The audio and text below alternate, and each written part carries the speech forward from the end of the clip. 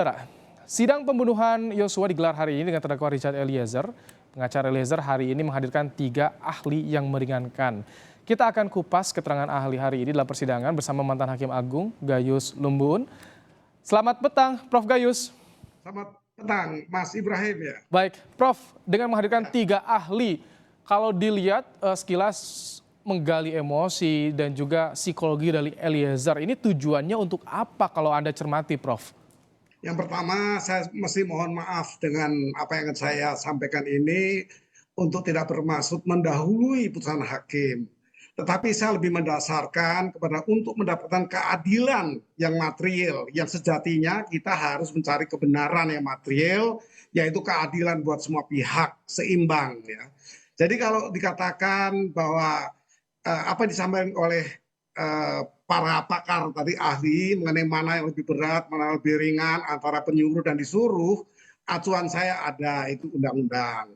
Kalau kita kait dengan dakwaan, didakwalah si pemberi perintah dan penerima perintah melalui pasal 55. Artinya sama-sama bersalah itu. Hukumannya pun sama. Hanya kalau pelaksana yang bernama Eliezer itu adalah justice kolaborator. Artinya apa? Bukan orang yang menjelaskan keadaan yang sesungguhnya, itu saksi biasa. Dia harus bisa bekerja sama untuk menggali hal-hal yang terjadi dalam peristiwa ini agar bermanfaat dan agar mempunyai wacana-wacana yang bukan saja karena terjadi ketika itu. Apalagi kalau disebut dengan punya jiwa korsa, yang setia kawan. Yang dieksekusi itu kawannya, kawan semakan setidur itu.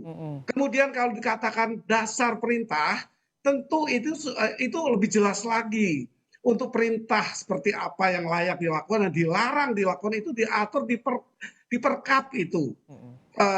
Peraturan kepolisian, Perpol nomor 7 tahun 2022. Peraturan Kapolri ya, Prof? Ya, aturan Polri, bukan Kapolri, aturan Polri, aturan lembaga ini. Oh, baik. Aturan ini undang-undang ya, bukan aturan ini perintah atau ini disebut sebagai rehling, aturan diikuti oleh semua pihak termasuk masyarakat karena ini peraturan itu diatur secara khusus Perpres, Perma dan sebagainya itu peraturan lembaga. Ini Perpol nomor 7 tahun 2002. Nah, di sini baik disuruh maupun yang menyuruh itu sama.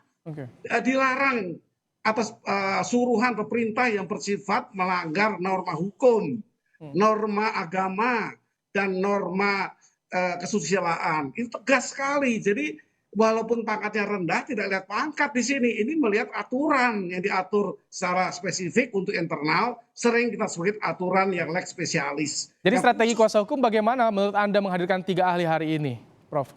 Bagaimana? Strategi dari kuasa hukum menghadirkan 3 ahli tadi. Iya, tadi itu bukan ahli, itu saksi yang meringankan. Seperti ada ahli tidak perlu diatur sebagai saksi. Saksi-saksi ahli-ahli. Ahli tidak boleh membuat pembelaan karena dia ahli apa yang diketahui secara keahlian saja. Apalagi membandingkan dan menyalahkan ya, itu hanya hakim. Oleh karena saya minta maaf, saya bukan mendahului hakim, tapi saya mendasarkan undang-undang pasal 55 dakwaannya seperti itu. Nah, hanya kalau Eliezer diringankan karena dia diharapkan menjadi justice kolaborator yang itu milik hakim, bukan LPSK yang menentukan atau JPU. Mereka hanya membuat rekomendasi. Ini supaya jelas publik supaya tahu, dan harapan saya jangan sekali-kali kita harus adil, jangan tidak adil ya.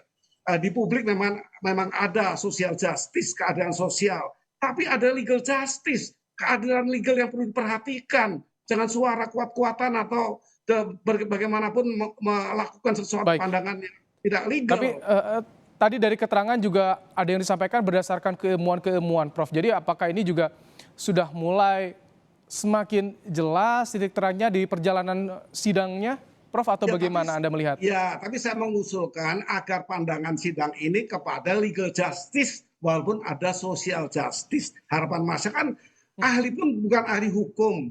Jadi saya membawa kepada hukum. Kalau saya memenuhi dasar yaitu pasal 55, di dakwaan juga sama pasal 55. Yang nyuruh sama disuruh sama hukumannya, apalagi ini menembak temannya sendiri, setidur, semakan. Apakah itu korsai dianggap oleh ahli? Apakah itu jiwa korsa yang setia kawan. Kan seperti itu, menembak temannya sendiri. Nah ini apa itu bukan musuh? Tugasnya kan berantas kejahatan, penjahat.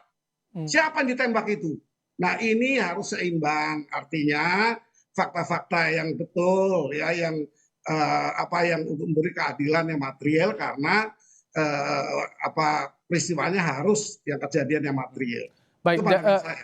tapi hakim juga artinya bisa menilai ya keterangan-keterangan tidak hanya ahli, bahkan keterangan terdakwa pun seperti apa, karena statusnya ada yang JC juga. Jadi semua keterangan yang didapat di persidangan, di fakta-fakta persidangan ini tentu jadi pertimbangan hakim ya, Prof? Tentu masing-masing punya dimensi ya. Dimensi dari saksi yang mahkota ini bahkan menjabat sebagai bagian dari orang yang bekerja sama, justice kolaborator. Dimensi itu kan dimensi menyelamatkan diri juga. Dimensi saksi juga begitu. Kalau ini mahkota, yang tidak boleh itu ahli. Ahli harus independen sesuai dengan keahliannya.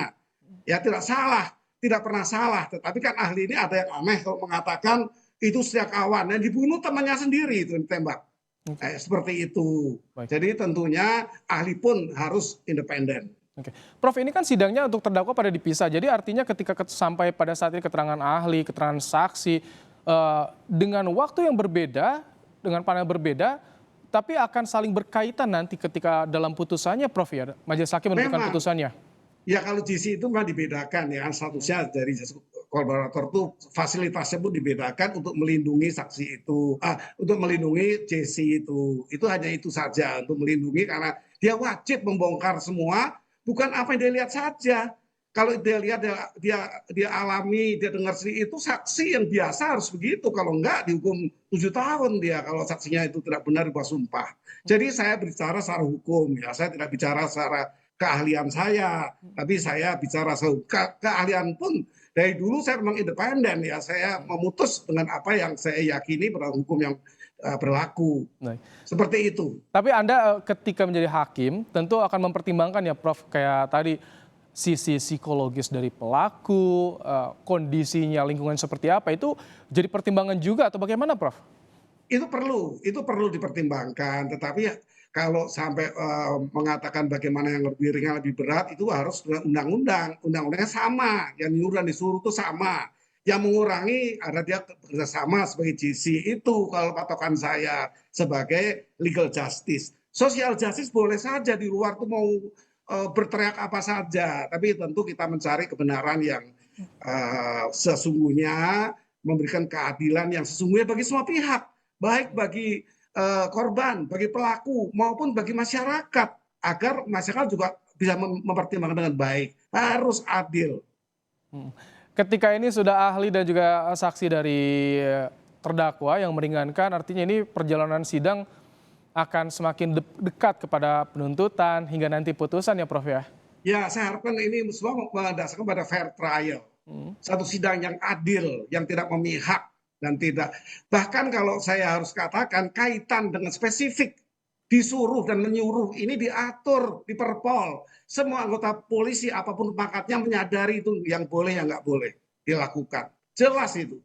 Pasal 11 Perpol nomor 22 Perpol nomor 7 tahun 2022 pasal 11. Tolong baca dan semua anggota polisi tahu itu.